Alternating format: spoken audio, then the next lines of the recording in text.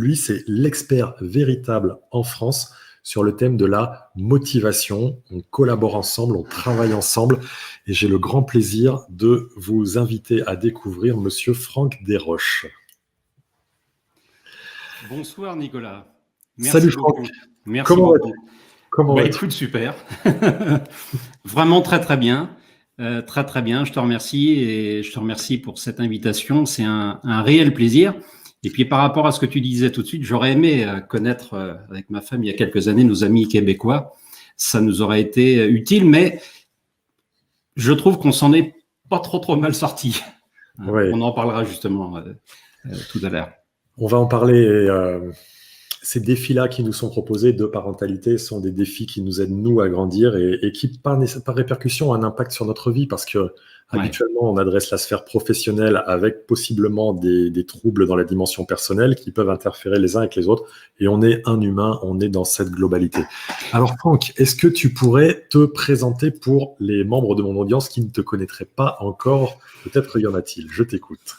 Sûrement. Je dirais que je suis un passionné, un motivé de la motivation. Alors, ça mérite quelques explications, forcément. Et il faut remonter à il y a quelques années, je crois que pour tout le monde, c'est l'enfance. Et pour ma part, c'est dans les années, on est au début des années 70. Et à l'époque, je suis au collège. Alors, je vous laisse faire le calcul. Et je me disais, mais c'est vrai qu'à l'époque, Pompidou était tout jeune président de la République.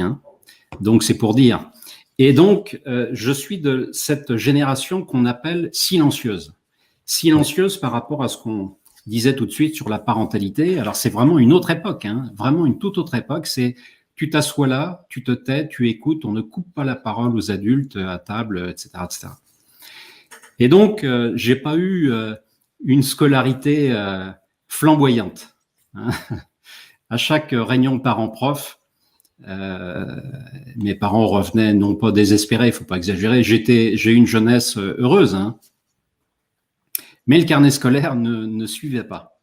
Et donc assez vite, alors j'étais au collège. Tu parlais tout à l'heure, je t'écoutais parler de ton fils. J'étais en pension, et il a fallu assez vite que je fasse le deuil je dirais, d'un beau diplôme qui me permettrait quelque part de réussir assez, je dirais, facilement dans la vie, quoi, d'accord, un beau diplôme. Et donc, j'ai fait le deuil de ça. Mais je n'avais pas trouvé de solution. Qu'est-ce que j'allais faire de ma vie? Et la vie a fait que je me suis retrouvé sur des situations... Laurent, je pense qu'il nous entend, là, dirait il n'y a jamais de hasard. Et j'ai fait beaucoup de montagnes, beaucoup de montagnes. Donc, je suis adolescent. Et là, je vais vous parler, alors je vais essayer de ne pas être trop long, mais d'une première expérience, c'est le Mont Blanc. Le Mont Blanc, on est dans la nuit du 21 au 22 août 78. Ça a été marquant dans ma vie, mais je ne le savais pas à ce moment-là. Et j'avais 15 ans et demi. 15 ans et demi. Et c'est là que j'ai pas pris conscience à ce moment-là. Tu appelles ça, toi, Nico, la PPP, la politique des petits pas. Oui. Et à l'époque, j'étais une éponge, comme je pense plein de gamins. On fait l'éponge, on se nourrit des expériences. Et c'est beaucoup plus tard que j'ai compris quelque chose. Lorsque tu vises un haut sommet, et là c'était physique, c'était le sommet du Mont Blanc, et que finalement tu es tout jeune, t'es pas physiquement, j'ai pas ton gabarit, et tu as d'autres atouts. Et donc, tu vois, quand on est gamin, il y a une comptine. La meilleure façon de marcher, c'est de mettre un pied devant l'autre et de recommencer. Et donc, tu mets un pied devant l'autre, etc. Et au bout de plusieurs heures et au bout de 2 jours, tu vas en haut du Mont Blanc. Donc ça a été pour moi quelque chose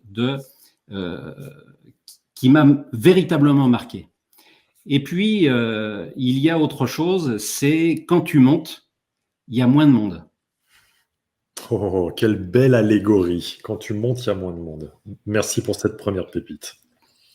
Plus tu montes, plus c'est difficile, moins il y a de monde. Mais ça, c'est physique. Alors, là, c'était en 78. Hein. Aujourd'hui, le Mont Blanc est devenu un véritable boulevard. Voilà. 1983, j'ai la chance de faire mon service militaire dans les chasseurs alpins. Pour un passionné comme toi, c'est chouette. C'est extraordinaire. Je suis originaire de l'ouest de la France, hein, Loire-Atlantique, et donc le centre, je ne sais plus comment ça s'appelle, le centre de sélection. Donc je vais à Rennes, et là il y a un militaire qui me dit bon alors vous voulez aller où? Et moi je lui dis chasseur alpin. Alors il me regarde, genre t'as vu comment t'es taillé mon gars? Et donc me voilà quelques mois plus tard à Chambéry, tous les matins, 20 km de footing, on avait une pêche d'enfer. T'imagines? 1983, j'ai 21 ans, une patate à tout casser. Et je vais faire le lien tout de suite avec la motivation. Après, je rentre du service militaire et je me perds dans bon, j'ai le bac, etc. Je te passe les détails, hein, mais je me perds dans des études. Je me perds dans des études. Et puis, autre date, décembre 1991, j'assiste à une conférence et cet homme qui parle dit tout haut ce que j'intuitais tout bas, mais depuis 15 ans. Et entre-temps, j'avais lu on a eu à un moment des mêmes lectures, c'est-à-dire Pouvoir illimité d'Anthony Robbins, oui, bon. Réfléchissez, devenez riche, Dale Carnegie, Napoléon Hill, et ça me faisait un bien fou de lire ça. Et donc, je reviens à la conférence et cet homme-là dit, alors c'est peut-être une autre pépite, performance égale compétence multipliée par motivation. La performance, mesdames, messieurs, c'est ce qu'il dit. La performance dans sa conférence, c'est C multiplié par M, de la compétence multipliée par de la motivation. Et quand j'ai entendu ça, je me suis dit, mais c'est ça que je veux faire. C'est-à-dire que tu n'as pas un diplôme à tout casser, mais j'avais une motivation de dingue. Alors, mais je pensais que c'était naturel d'avoir une motivation, et je le pense toujours d'ailleurs. Hein. Voilà. Et à partir de ce moment-là, donc j'en ai fait mon métier et j'ai regardé un peu dans le rétroviseur. Et c'est là que j'ai repensé au Mont Blanc, c'est là que j'ai repensé à l'école. C'est là que tout s'est mis, tu sais, comme un puzzle, les pièces étaient mélangées jusqu'en décembre 91. Et là, le paysage était devenu tout à coup beaucoup plus clair, de la cohérence. Voilà. Merci Franck, merci pour cette présentation mixée à des premiers apports qui forcément vont nous aider. Alors si cet éclaireur, je dirais, ou ce mentor t'avait déjà fortement interpellé, moi j'adore le principe des équations aussi, donc moi ça me parle, performance égale compétence fois motivation, je ne peux résister à mon envie de te demander... Comme je le fais avec les autres sur c'est quoi le leadership, quelle est ta définition à toi de la motivation? Qu'est-ce que tu mets derrière ça en fait? Alors, si tu veux bien, je te parlerai du leader. Oui, allons-y. Toujours pareil, parce que moi, je n'ai pas lu ça dans des livres. Les livres, ça m'a structuré la pensée. Mais j'ai pas... oui, c'est ça, ça m'a structuré la pensée et ça faisait écho à des choses que j'avais déjà vécues. Donc, je vais te parler du premier leader que j'ai rencontré et je prendrai une image. Pour moi, un leader, c'est un type qui a des lunettes avec des verres grossissants, c'est-à-dire qu'il te voit beaucoup plus grand que ce que tu n'es en... Voilà, exactement. Hein, et il te voit beaucoup plus grand que ce que tu n'es en réalité. Et quand j'étais à l'école, j'ai eu, je crois, 1 ou 2 profs qui avaient des verres grossissants. Les autres, c'était pas des leaders, c'était des mineurs, j'appelle ça comme ça. Et donc, qui te rabaissaient. Mais moi, je sentais que j'avais quelque chose à faire. Je sentais que je valais beaucoup mieux que ça. Et donc, pour moi, un leader, c'est celui qui te voit avec quelques années plus tard, tu vois, qui a un peu de vision, qui te voit quelques années plus tard. T'inquiète pas, mon gars, on va faire quelque chose de toi. Ouais. Et pour moi, un leader, c'est déjà ça. Et le premier que j'ai rencontré, c'est ce guide sur le Mont Blanc qui nous briefe, qui nous explique.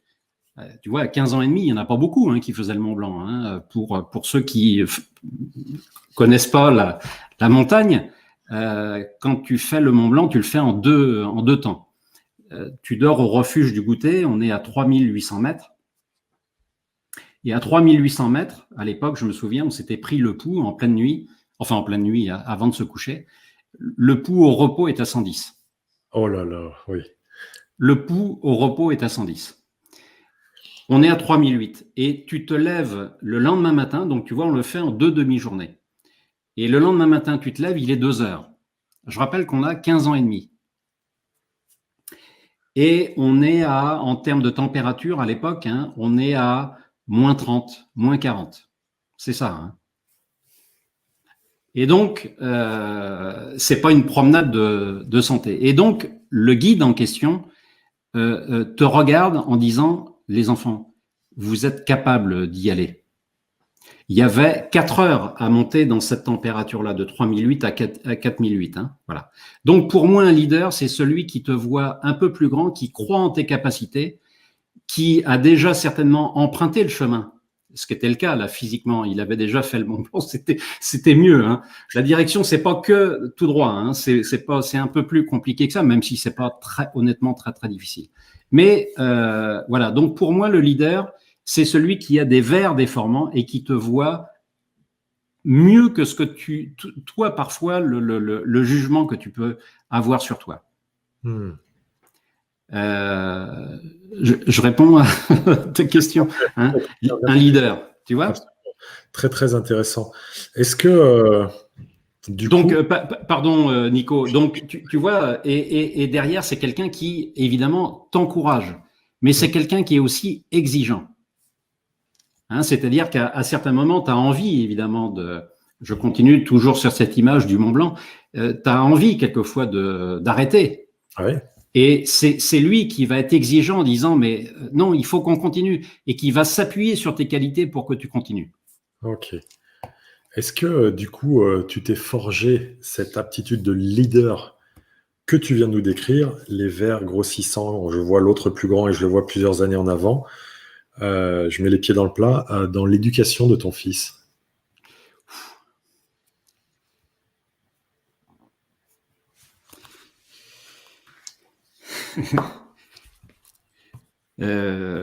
Oui, ça n'a pas été simple. Est-ce que quand on est leader, on ne fait pas des choses simples, je pense, cher Franck? Alors, je sais qu'il nous regarde.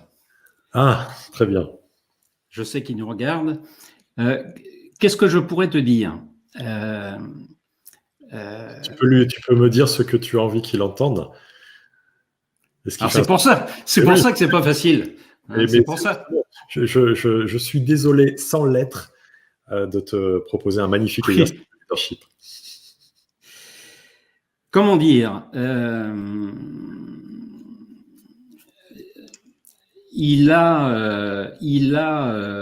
Comment dire? C'est important de croire dans les gens. Alors évidemment, les enfants, c'est quand même ce qu'on a de plus précieux.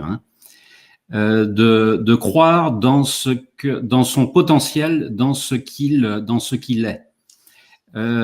Donc j'essaie de transposer en même temps pour les personnes qui nous regardent sur peut-être vos propres enfants, et puis peut-être êtes-vous aussi manager. Donc si tu ne crois pas dans les personnes, et à commencer par les enfants, c'est cuit. Ça c'est cuit. Et donc il doit sentir que tu crois. Il y a eu évidemment des moments difficiles, mais je voudrais commencer par la fin. Il nous regarde de Montréal. Et maintenant, je vais commencer au début, de l'autre côté. On est au début des années 2000. On doit être en 99 ou 2000. Il est de 95. Et donc, on est au cinéma. Et la séance se termine, le générique, on met les manteaux, et il tire sur la manche du manteau de sa maman. Donc, tu vois, tout le monde dans la salle de cinéma se lève et il nous regarde et il dit « C'est ça que je veux faire ». Mais très tranquillement, hein, « C'est ça que je veux faire ». Bon. Et puis, la vie continue. Hein. Scolarité difficile, exemple, surtout le primaire. Exemple, 16h30, c'est la fin de l'école, et puis la maîtresse interpelle sa maman, qui nous regarde, et qui lui dit, mais votre fils, là, il y a un petit souci. Il y a un petit souci parce que il nous parle toujours de Peter Pan, de Dumbo. Il y a un problème, vous le laissez tout le temps devant la télé. Qu'est-ce qui se passe? Et donc, la maîtresse dit, bon, bah, il faut arrêter de le mettre devant la télé. Et vous allez voir que derrière cette histoire, tout prend son sens quand je vais vous dire ce qu'il fait aujourd'hui. Et donc, scolarité, etc., un peu compliqué. Donc, mon Paul, tu nous regardes depuis Montréal. Tu m'excuses hein, si je fais un petit peu des raccourcis. Et aujourd'hui, il travaille dans un studio américain qui est basé à Montréal. Et il a fait, c'était sorti l'année dernière. Ah mince, je suis en train d'oublier. Tu m'excuses. Scooby-Doo. Scooby-Doo, voilà, exactement. Bah, merci, tu es allé le voir, Nicolas. Scooby-Doo. Voilà. Et donc, voilà un petit peu en raccourci oui. Une scolarité difficile. Et je pense que quand on croit dans ses enfants, enfin, on n'a pas d'autre choix, hein, on finit par avoir des résultats.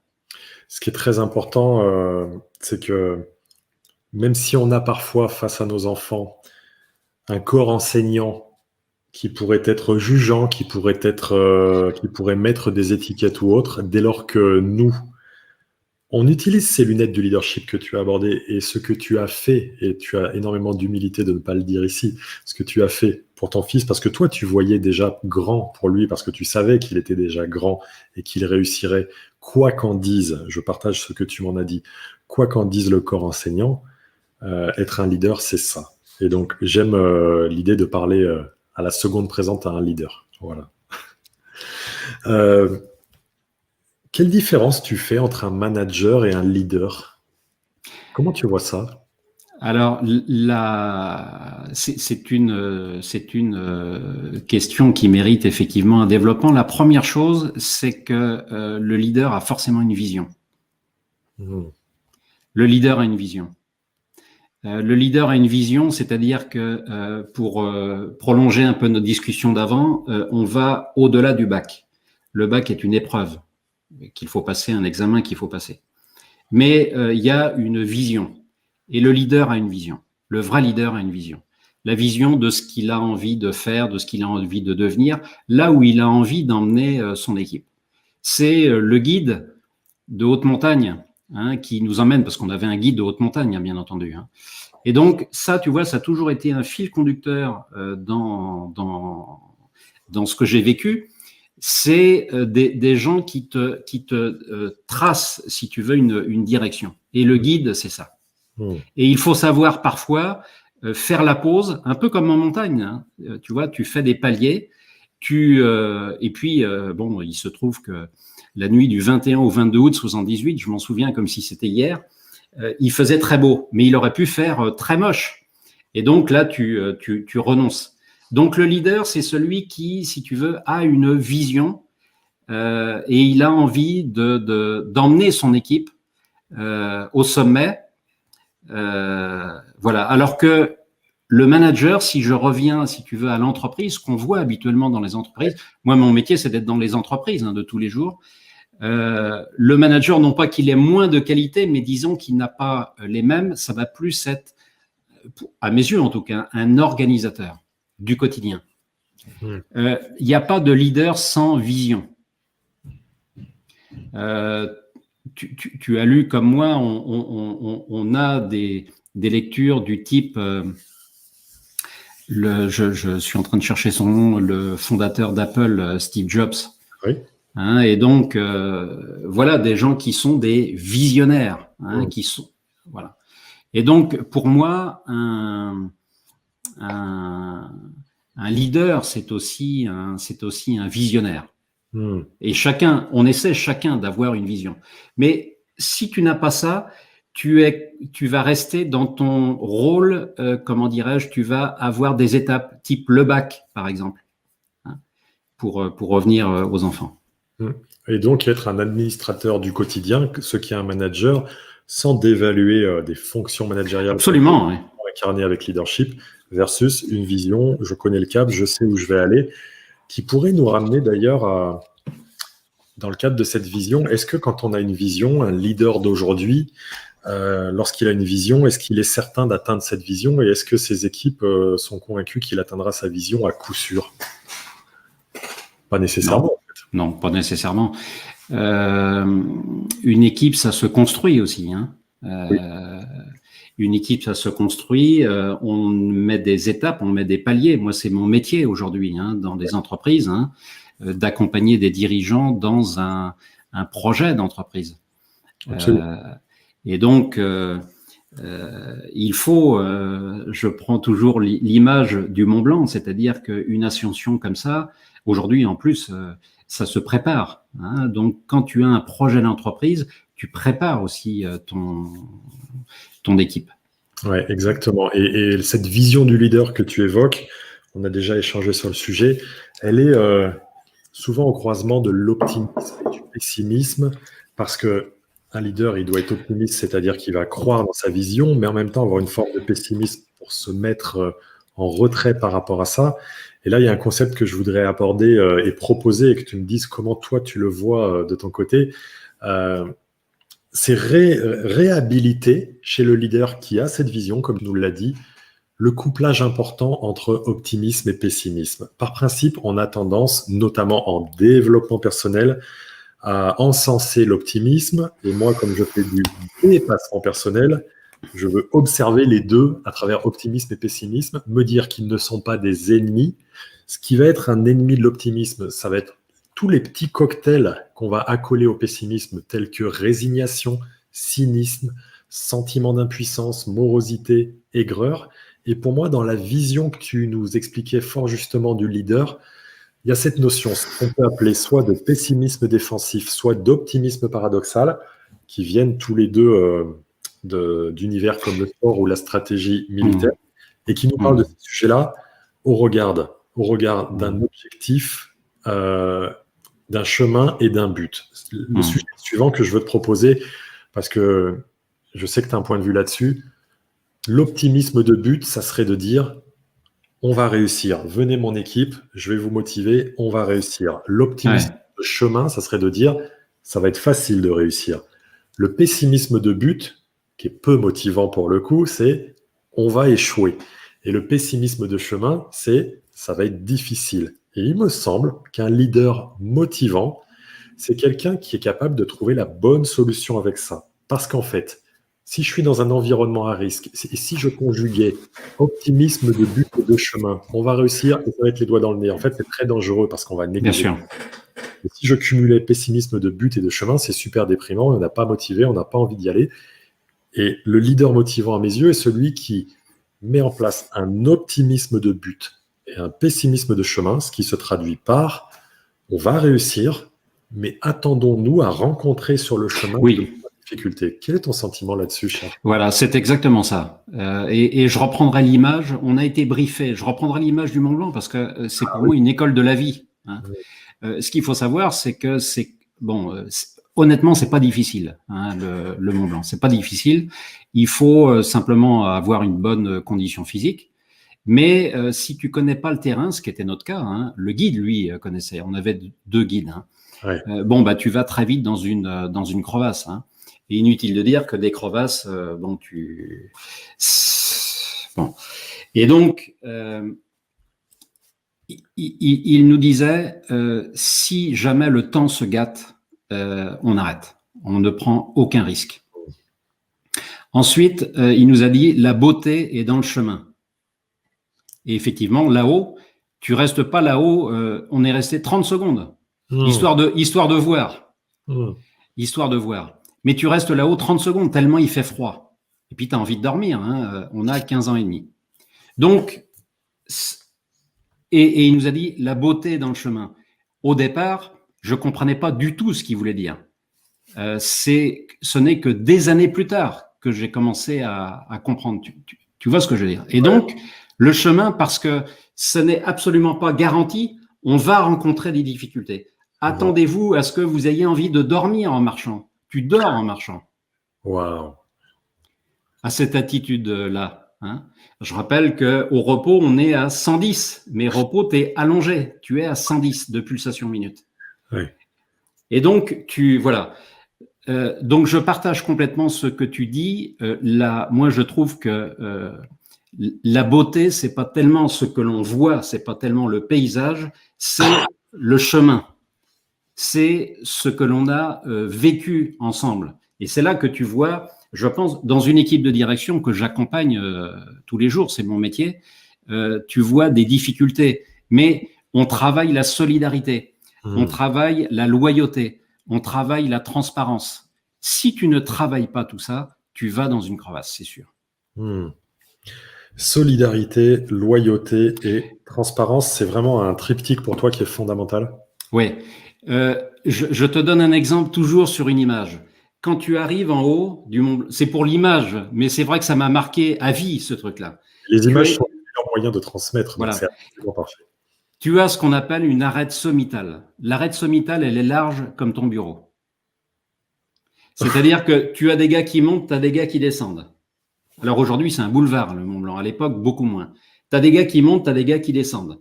À droite, tu as 1000 mètres, à gauche, tu as 1000 mètres. On n'est pas à 500 mètres près. Hein. Donc, ça veut dire que c'est la grande dégringolade. Et le guide nous dit, il faut que vous soyez concentrés. Je trouve que c'est une belle image de la vie, si tu veux. Être concentré sur son chemin. Et il nous a dit un truc qui m'a marqué. Si jamais il y en a un qui tombe, puisqu'on est en cordée, bien entendu, hein, c'est-à-dire tu tombes, tu fais un faux pas, tu trébuches. Forcément, on a 15 ans et demi tous. Hein, et tu peux, je rappelle quelquefois tu marches en dormant. Eh bien, s'il y en a un qui tombe sur la droite, l'autre, celui qui est derrière, qui le voit tomber, hein, c'est ça la cordée qui monte, va sur la gauche pour équilibrer. Et je trouve que pour moi, la solidarité, c'est ça. C'est-à-dire, tu es dans une équipe. Bien sûr que et là c'est physique, hein, bien sûr que tu aides le gars qui est devant. Et s'il penche à gauche, toi tu vas à droite. Bon, ça c'est pour la théorie. Tout s'est très très bien passé. Hein, tout s'est très très bien passé. Au passage, je n'ai dit que le lendemain à mes parents que j'étais allé sur le Mont Blanc. Tu as fait ton expérience, tu as fait face à ton épreuve et tu es en train de changer ton identité pour revenir sur tout ce qu'on partageait tout à l'heure avec Nancy et Martin. Vas-y, je vois que tu... Mais tu vois, je trouve que dans finalement construire un projet d'entreprise qui est mon métier aujourd'hui, d'accompagner des équipes de direction à construire leur entreprise, je leur parle souvent de montagne. Quand tu es dans une équipe de direction, si tu fais cavalier seul, c'est comme en montagne, tu n'as aucune chance. Ouais. Aucune. Donc la solidarité... Et Dieu sait que dans les équipes de direction, avec des égos parfois très élevés, la tentation de faire cavalier seul est présente. Ouais. Il y a quelque chose que je voudrais te demander, parce que justement, dans les équipes, quelles qu'elles soient, on peut être confronté à un moment donné à des personnes qui vont se trouver en situation de démotivation. J'ai envie de te demander, selon toi, comment naît la démotivation, ce phénomène-là ? Alors ça, c'est un truc de dingue. La démotivation, sans déconner, c'est un truc de dingue. Pour moi, c'est le ver qui est dans le fruit. Alors, il faudrait faire, pardon à toutes les personnes qui nous regardent, un peu de technique. Oui. Un peu de technique. Lorsque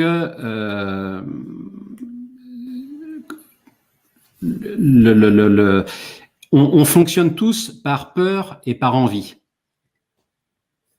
Tous, il n'y a pas d'exception. Ce qui nous différencie les uns des autres, c'est le curseur. Et donc, on a 3 peurs fondamentales. C'est ça un peu la technique. 3 peurs fondamentales. La peur d'être ignoré, la peur d'être humilié et la peur d'être rejeté.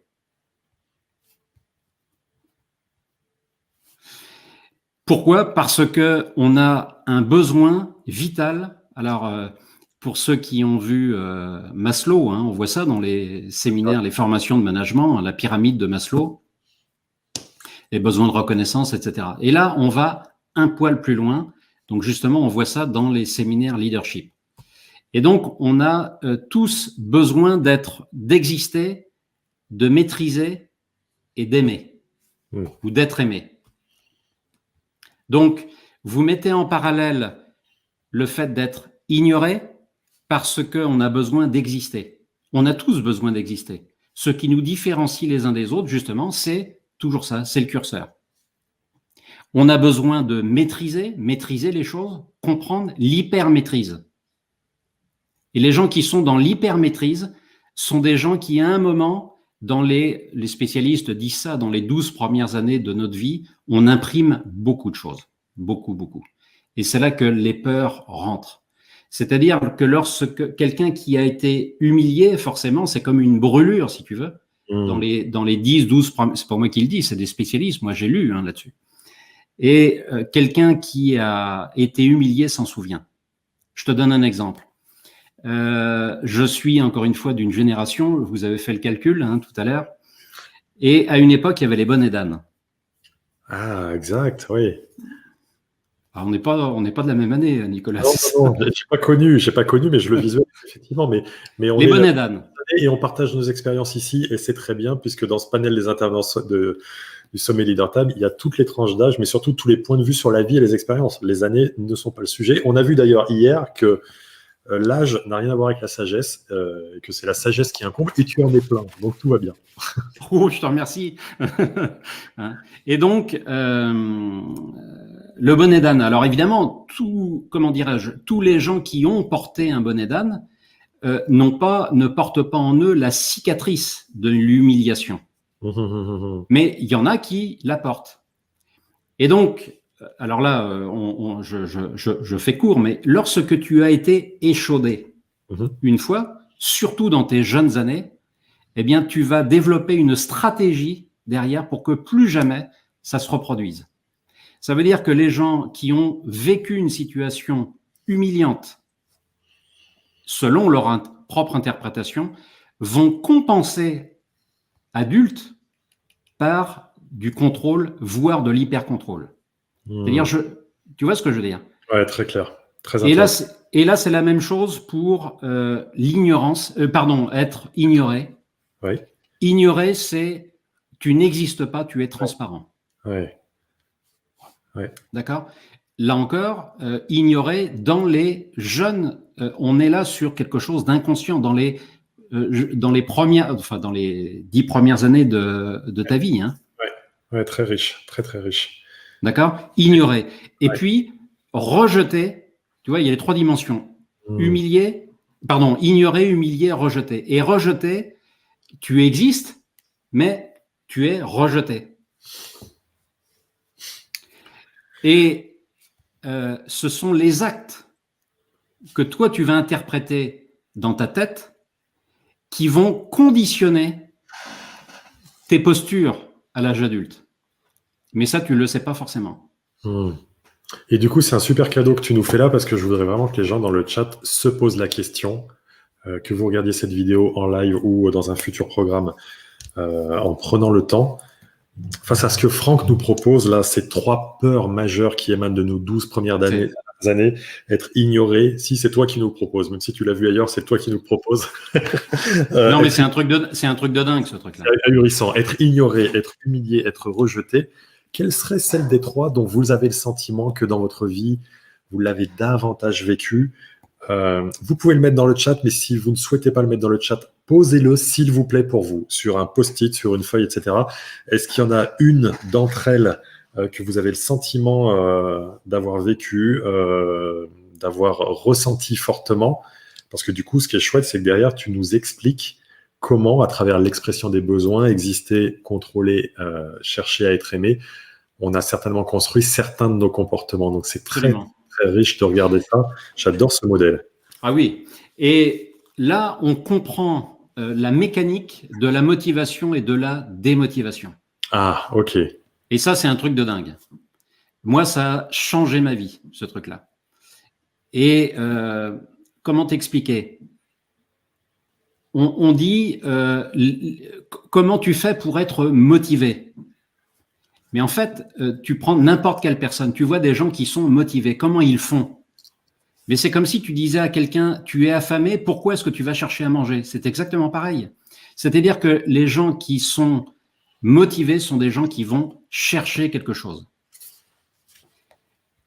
Et à l'inverse de la nourriture, comment dirais-je, la satiété n'existe pas. Tu n'es jamais comblé, jamais. Tu n'es jamais comblé. Ça me parle, mais tellement. Du coup, je voudrais vraiment poser la question à celles et ceux qui nous regardent. Qu'est-ce qui vous motive? Et tel que tu le formules, là, c'est hyper riche. Tout de suite, moi, ça m'a sauté au visage. Je le savais mentalement, mais là, du coup, je l'ai ressenti. Qu'est-ce qui fait que vous n'avez pas de satiété pour cet objet, que toujours vous en voulez plus, que ça vous anime, que ça vous inspire, que ça vous oriente vos décisions, vos actions? Dans mon cas à moi, tu vois, et je peux le partager ici, c'est je n'aurai jamais de satiété. En tout cas, ça fait un paquet moment que je n'en ai pas eu. Vers le fait d'apprendre sur l'être humain, de comprendre l'être humain, de comprendre le couplage des pensées et des émotions, comment on fonctionne en contexte de pression quand on a des challenges. Je ne serai jamais rassasié de ça. Chaque jour ou presque, je pourrais prendre des programmes et travailler avec de nouveaux mentors sur ces sujets-là. Et en tout cas, quelque chose d'indispensable pour moi, c'est de me coucher chaque soir en ayant appris au moins une nouvelle chose sur le fonctionnement de l'être humain. Donc en fait, j'organise ce sommet Leader Time pour ça. Là, déjà, pendant 7 jours, c'est fait. J'apprends tellement en même temps que les gens qui nous regardent, des différents experts qui sont là dont tu fais partie. Je te remercie, Nicolas. Mais tu sais, en fait,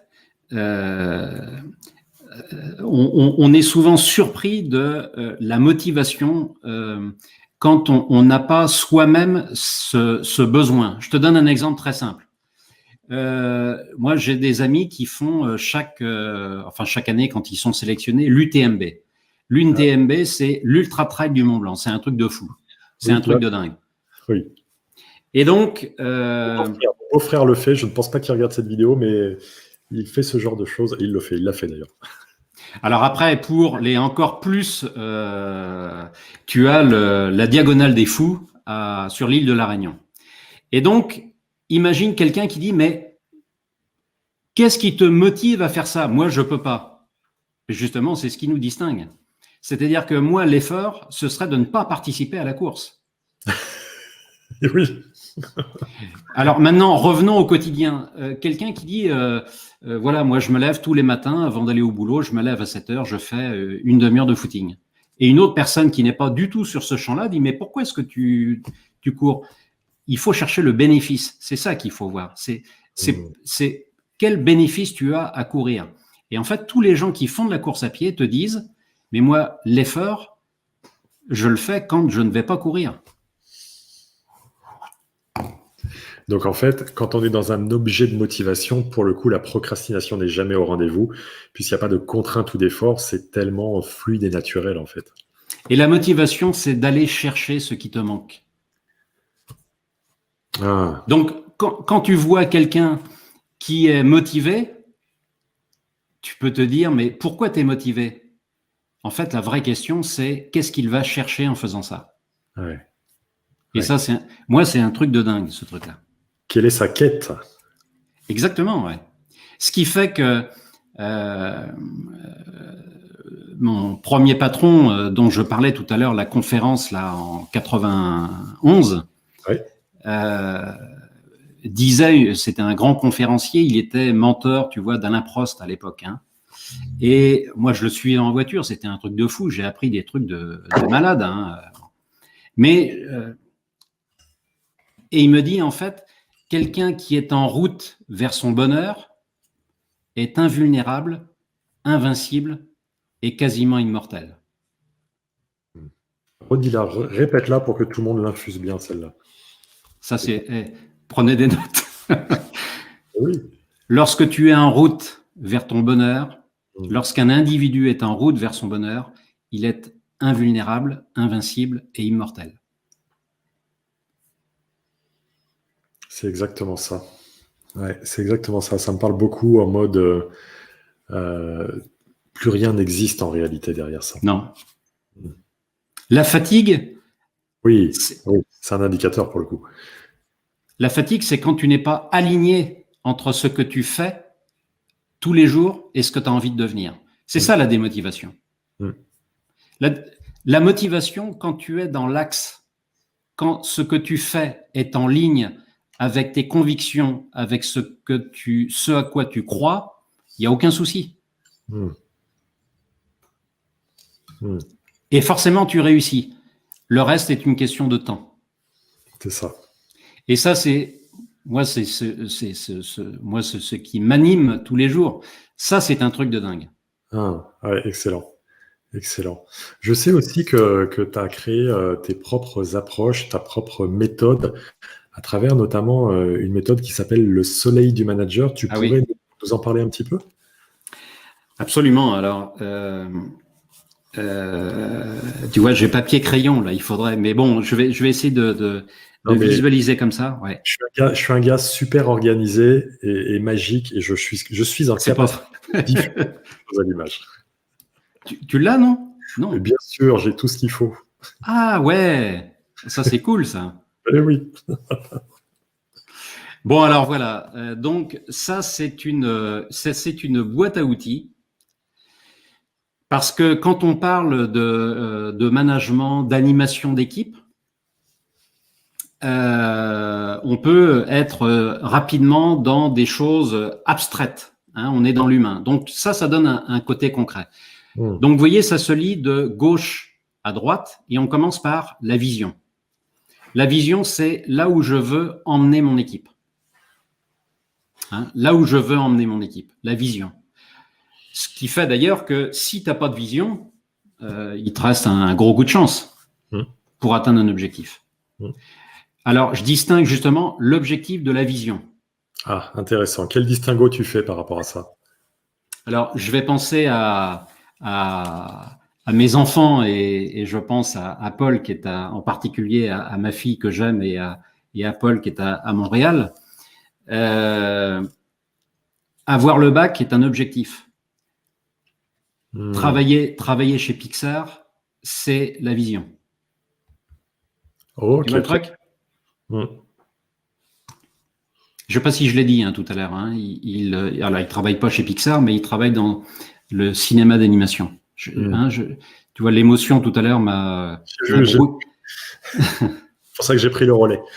m'a brouillé un peu la pensée. Et tu vois, je reviens un petit peu sur ce qu'on se disait. Tu vois, quand on voyait le générique tourner, et il disait c'est ça que je veux faire. C'est aujourd'hui ce qu'il fait.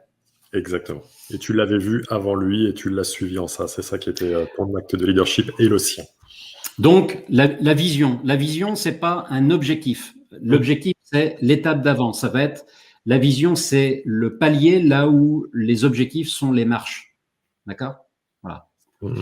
L'énergie, ça va être tout ce qui touche à la motivation. Donc, sur chacun de ces compartiments-là, moi j'appelle ça le soleil du manager, sur chacun de ces compartiments, tu as des techniques. Par exemple, l'énergie, ça va être l'encouragement.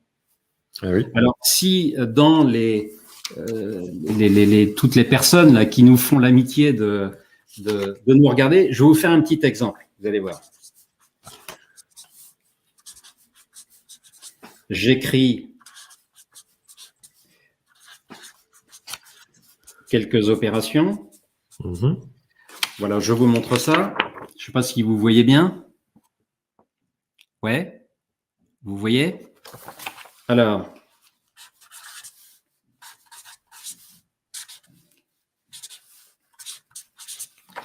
voilà. C'est bon, Nico, vous voyez, non? Allô, allô? Ah mince. Non, non, je m'enlevais pour qu'on te voit bien à l'écran. Par Ah oui, contre, je pense que ça affiche à l'envers à l'écran. ça affiche à l'envers. Bon, bah écoute. Tu vas nous le faire Alors, à l'envers. alors excuse, je vais vous le faire à l'oral. Oui. Donc, j'ai mis 3 x 6, 18. Oui. 5 x 4, 19. 2 x 7, 14. 9 x 8, 72. Je suis sur l'axe énergie. Oui. Énergie, c'est donner de la confiance. Oui, je sais ce que tu vas dire et c'est tellement riche. Vas-y. Eh bien, alors je vous le montre pas pour le coup. Ouh là là, c'est quoi ça? 5 x 4, 19, c'est n'importe quoi. Voilà, il y a une faute, mais il y a 3 bonnes réponses. Nous sommes au pays de Descartes. Et quelqu'un, je dirais, qui a d'excellents. Normalement, c'est en classe de 8e. Alors 8e, c'est quoi? C'est CM2? Je sais jamais. Je suis perdu. C'est la 6e, 8e, ça serait CM1, j'imagine. D'accord. Bon. Et donc 5 x 4, évidemment, ça fait 20. Ça fait pas 19. Et ben voilà un exemple. Cerveau droit, cerveau gauche. La raison, l'énergie, la passion. Très bien. Bien entendu que 5 x 4, ça fait pas 19. Mais ce gamin-là, si tu veux, qui a fait l'effort et qui peut-être ramène à cet âge-là ses parents, il est content. Il a 3 bonnes réponses sur 4. Ça fait 15 sur 20. Oui. Et si tu lui dis, mon chéri, pour une fois que tu pouvais avoir 20, oui. Je te rappelle que ton père, qui a quand même autre chose à faire, je t'ai fait réviser la table de 4 tout le dimanche. Enfin bref, etc. etc. Ouais, c'est ça. Voilà. Okay. On voit bien le message de l'énergie. Merci beaucoup. Donc, c'est de développer notre capacité, nous, managers, parents, hein, en prolongement de nos amis québécois de tout à l'heure, de voir d'abord ce qui va bien plutôt que ce qui ne va pas. Ensuite, tu as l'axe organisation-pilotage. Donc là, c'est des fiches de poste. En entreprise, ça va être ça, des fiches de poste, des lettres de mission. Toute la partie un peu, comment j'allais dire, rationnelle, organisationnelle, l'organigramme, etc. etc. Tu vas avoir formation-action. Là, tu vas avoir tout ce qui touche à la délégation. Et il y a d'ailleurs à l'intérieur une technique qui est particulièrement intéressante. C'est le débriefing, c'est-à-dire le retour d'expérience. Et je vais donner un exemple très simple. Parfois, quand il y a une erreur ou une faute, on va passer plus de temps à chercher le responsable, voire le coupable. Oui. Bon, tu sais, c'est comme à l'école, hein. Qui a fait ça? Et je dois te dire, Nico, je dois me confesser, j'étais pas le dernier. Hein, et donc, l'idée, c'est de passer, au contraire, beaucoup plus de temps à voir comment, la prochaine fois, on peut éviter cette erreur-là. Et c'est là qu'on peut basculer, tu vois, sur le management de l'excellence et le management de l'hyper-exigence. Tu vois? Voilà. Et puis, l'autorité, c'est des règles du jeu. Et puis, la communication, c'est faire passer des messages. Ok. Est-ce que, pour aller un peu plus loin dans cette période qui est très difficile qu'on rencontre à l'heure actuelle, est-ce que tu aurais, je ne vais pas te prendre des dépourvus, mais quelques clés pour entretenir un peu la motivation des équipes notamment? Parce que c'est vrai que les uns les autres peuvent être challengés et voir leur motivation chuter, baisser, un peu plus happée par... notamment si on a du télétravail total ou partiel, par la vie personnelle, par des contingences autres. Quelles clés tu pourrais nous proposer pour entretenir la motivation de nos équipes en cette période notamment? Alors, il y en a effectivement beaucoup et c'est vrai que là, on vit des moments difficiles dans les entreprises, forcément. Tout à fait. Alors, il y en a une qui est particulièrement, on va commencer par celle-là, j'en vois 5, particulièrement importante, c'est d'entretenir sa motivation de leader, comme quelque chose de véritablement très précieux. Chérir cette motivation-là. Ouais.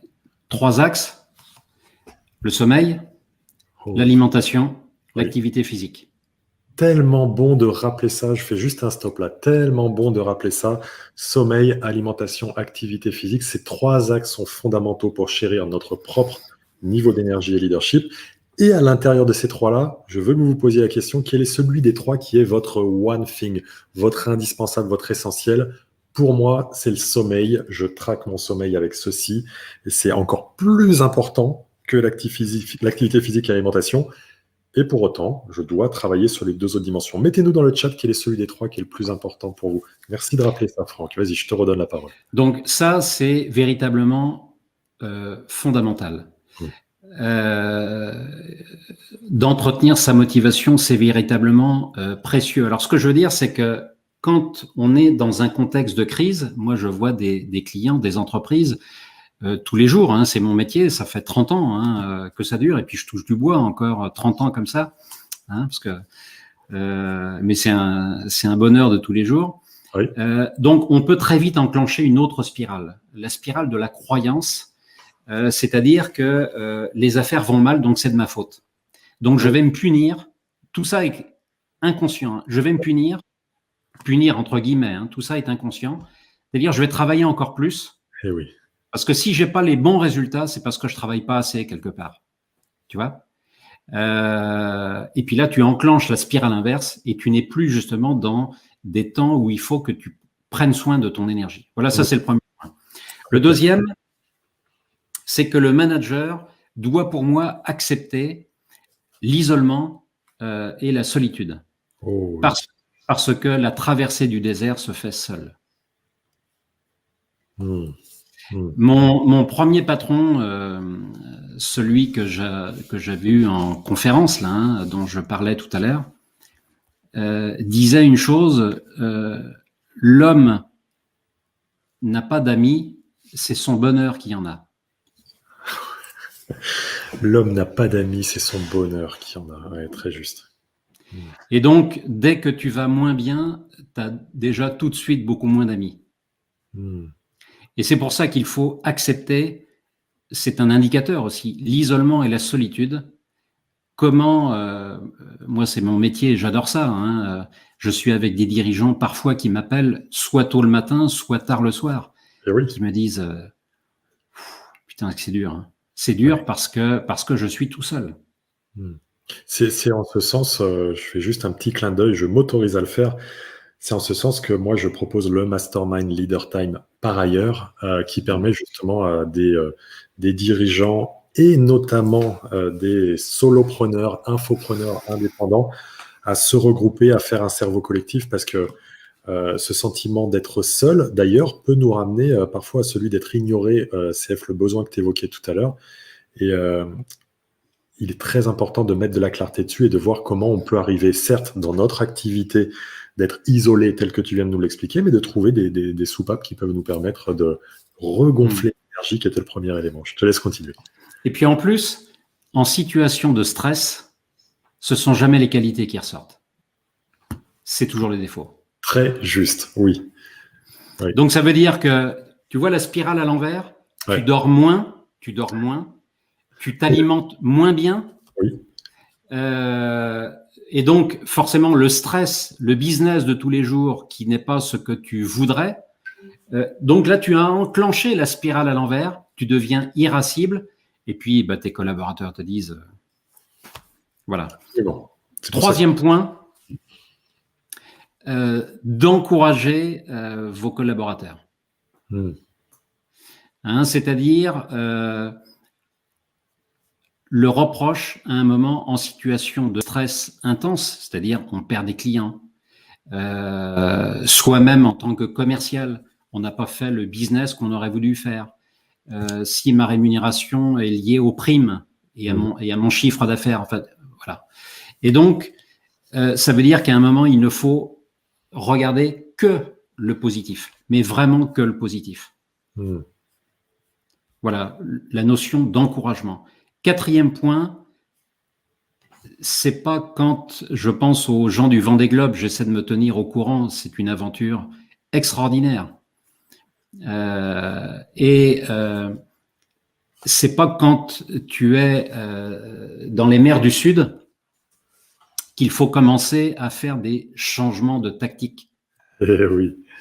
Donc, en entreprise, pas de changement à 180 degrés quand la mer est agitée. Pas de stress supplémentaire. Donc, en période difficile, ça c'est une clé qui me semble majeure, pas de révolution, ou en tout cas de choses qui pourraient être perçues de manière vraiment révolutionnaire. Pas de changement à 180 degrés quand la mer est agitée. La mer est agitée d'une part, et d'un autre côté, quand notre niveau d'énergie, CF, manque de sommeil, etc., serait présent également, j'imagine. Absolument. D'accord. Absolument. Et donc, c'est pour ça d'ailleurs que les projets d'entreprise, moi j'en fais régulièrement, des projets d'entreprise, faut pas les faire quand ça va pas. Faut les faire quand ça va bien. Tous les maîtres nageurs savent ça. Tu n'apprends pas à nager quand la mer est agitée, tu apprends à nager quand la mer est calme. Exact. Et puis, un cinquième point, j'appelle ça le syndrome de l'hôtesse de l'air. Alors ça, c'est pour un peu... Avec l'appellation, moi, ça m'éveille. Alors, rien à voir avec la chanson de Jacques Dutronc. Ah, dommage. Mais si tu veux, moi, je prends l'avion comme toi, et j'aime pas trop quand ça agite un peu. Hein. Ouais. Voilà. Quand avec ma femme que je salue et puis ma fille, on va voir Paul à Montréal. Des fois ça. Voilà. Et alors, ce que je veux dire, c'est quand tu vois l'hôtesse qui commence à attacher sa ceinture, tu dis attends, c'est des professionnels de la profession. Si eux-mêmes commencent à mettre les ceintures, voilà. Donc concrètement dans les entreprises, c'est quoi? Même quand ça va pas bien, continuez à marcher dans les allées de l'entreprise. Ne restez pas enfermé dans votre bureau. Moi, j'appelle ça le syndrome de l'hôtesse de l'air. Continuez à communiquer très régulièrement, allez voir vos collaborateurs, parce que justement, s'ils ne vous voient plus, s'ils ne voient plus les managers de proximité, allez les voir, leur demander comment ça va, etc. Finalement, fonctionner à peu près normalement, ça va être encore plus difficile. Voilà, donc l'avion bouge, l'avenir est incertain, mais les membres d'équipage doivent rester dans les allées. Alors, quitte à ne pas servir de jus d'orange, hein, on est d'accord. Mais tu vois un peu, tu vois le chariot, hein, tu vois le chariot de l'hôtesse. Quand elle commence à ranger le chariot, tu te dis, oh. Absolument. Donc, c'est rester présent et pour le coup, rester au milieu de ses équipes et de ses troupes, puisque c'est la place du leader en tout temps, et encore plus en moment de crise ou de tempête, en fait. Et le leader qui doit s'assurer que ces managers, hein, si on imagine un organigramme, que ces managers sont bien sur le terrain. Ouais. Et puis tu vois, j'en rajouterai un autre. Ah ouais, un bonus. C'est au fond, moi j'ai appris ça aussi à ton contact, Nicolas. J'appellerais ça, moi, la pyramide inversée. Dans un organigramme, habituellement, dans une entreprise, tu as une pyramide. C'est-à-dire, tu as le chef, tu as le sous-chef, etc. J'exagère, bien entendu, les choses ont beaucoup évolué, mais c'est une caricature. La pyramide inversée, c'est quoi? Ça veut dire que c'est ton chef qui se retrouve en dessous de toi et c'est ton chef qui est à ton service. Et ça pose la question de quelle est ta valeur ajoutée? Et donc, tu imagines une pyramide qui repose sur sa pointe, qui est forcément en équilibre instable. Et en haut de la pyramide, tu as, moi j'avais appris ça chez Peugeot il y a plusieurs années. Et en fait, on était dans des démarches qualité. Et là, moi j'ai appris un truc, c'est que ça paraît comme ça tellement banal. La qualité, qui est-ce qui l'a fait dans une entreprise comme Peugeot à Sochaux? Qui est-ce qui fait la qualité? Eh bien, il y a le patron de la qualité qui dit, mais c'est pas moi qui fais la qualité. C'est pas mes ingénieurs du bureau qualité. Ce sont les gars qui touchent les voitures.